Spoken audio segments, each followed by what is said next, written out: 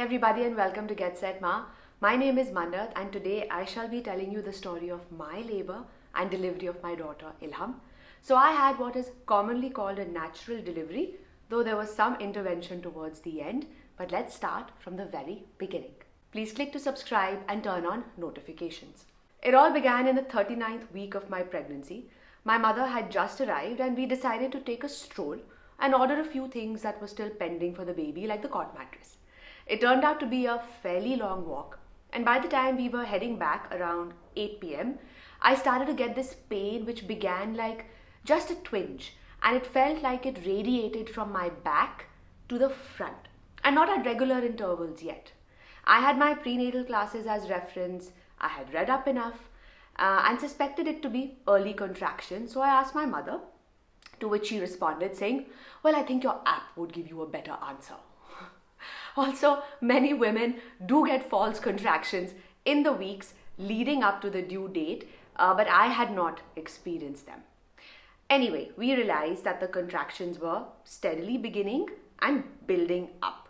Also, FYI, I had not even packed my hospital bag, and that is what I began to do at this point of time. It was nearing 9:30 p.m. now. My husband walked into the house and I told him how I felt. We called up my doctor at the same time. We all reached the same consensus that it sounded like I was going into labor and I should head to the hospital. And bit by bit, the prenatal classes and the learning from them kicked into gear. All of us mums in the classes had been advised to eat something when we could to keep our energy up. So I managed to eat one roti and a little sabzi. I don't remember what, but it was something that could sustain me. Soon after, around 11 p.m., my husband, my mother, and me, of course, we all left for the hospital. The on-duty doctor checked me, the nurse checked me when we got there. They updated my doctor, and it was decided that since the contractions had begun and I was just a week away from the due date, they would induce. So I was given the first dose to induce around 11:30 p.m. The contractions from then on began to get stronger. I remembered the Lamaze method of breathing during contractions that we had been taught and began those breathing exercises, timing the contractions and just getting prepared for what was coming.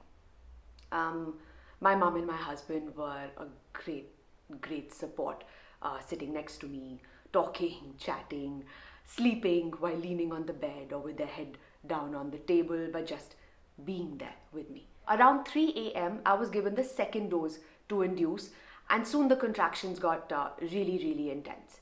I lost my mucus plug soon after, and it gets a bit hazy here on because the contractions were rapid, painful, and it took all my strength and focus to keep up with the breathing and to manage them.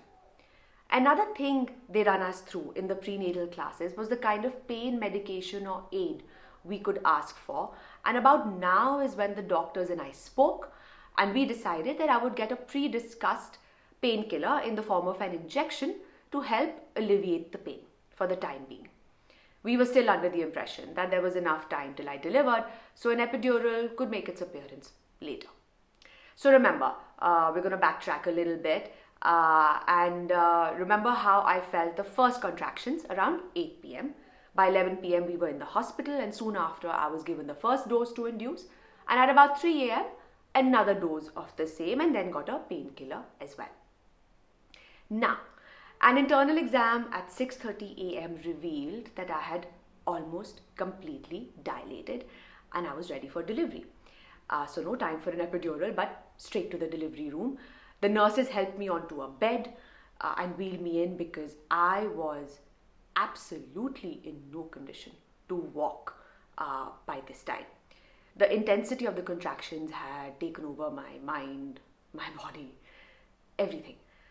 I usually have a high pain threshold, but whoa, this was testing that, and how.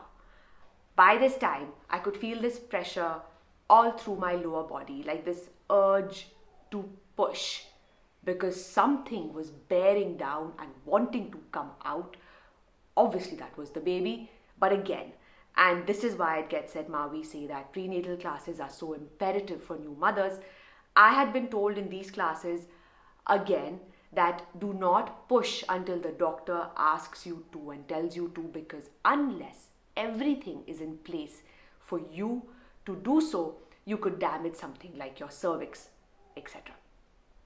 So I get wheeled into the delivery room. The anesthesiologist is there to give me some nitrous oxide that helps take the edge off, so it reduces the pain a bit. And my obstetrician, gynecologist, and the anesthesiologist get to work. They guided me really well. They guided me through the process, telling me when to push. My husband was there through my side the whole time, holding my hand or just being there. And I did start to get tired. And towards the end, a vacuum was used just to aid my daughter coming out. That was the intervention that I was going to mention, which I spoke about in the beginning. And my daughter was born almost an hour after we entered the delivery room. And then post that, my doctor stitched me up because I had a perineal tear. That's pretty common. My daughter was brought to me, I held her, and then she was taken to the nursery. I asked my husband to keep an eye on her and tag along with her. And as soon as he exited the delivery room, he saw my mum walking down the corridor and said, "Hey mom, you saw the baby." And my mother says, "What baby?" Because she thought I had been taken to the labor room and she didn't even know I had delivered. It all just happened so fast. And then I was taken back into my room in the hospital, very closely watched and checked up on till I went to the loo. And the nurses and doctors were happy that everything was functioning fine.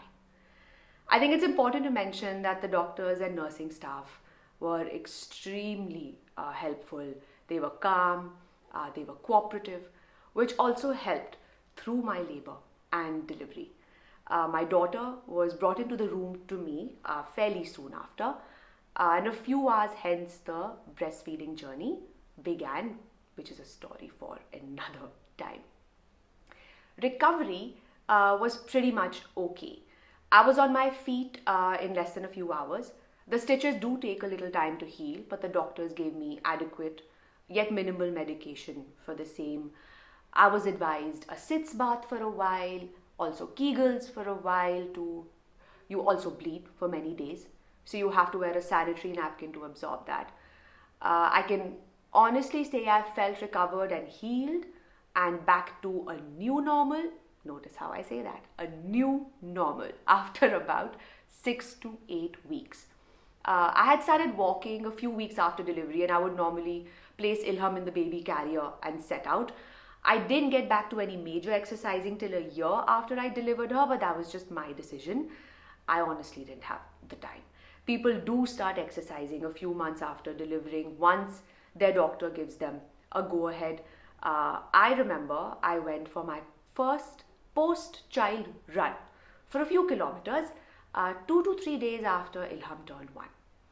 And it's a lot to balance and figure post-delivery as well, because you are breastfeeding, recovering, hormonal resetting is happening too. So for instance, I would wake up in cold sweats because of that as well. My mum would ensure I was eating healthy, nutritious food. In Punjab, we traditionally eat this concoction called panjiri, which has some herbs, nuts, etc. And we believe it helps to strengthen new mums and helps them recover. Also, I was drinking lots of water, which is necessary for your body and to breastfeed too. A few necessary takeaways and learnings from my experience. Prenatal classes are a massive help.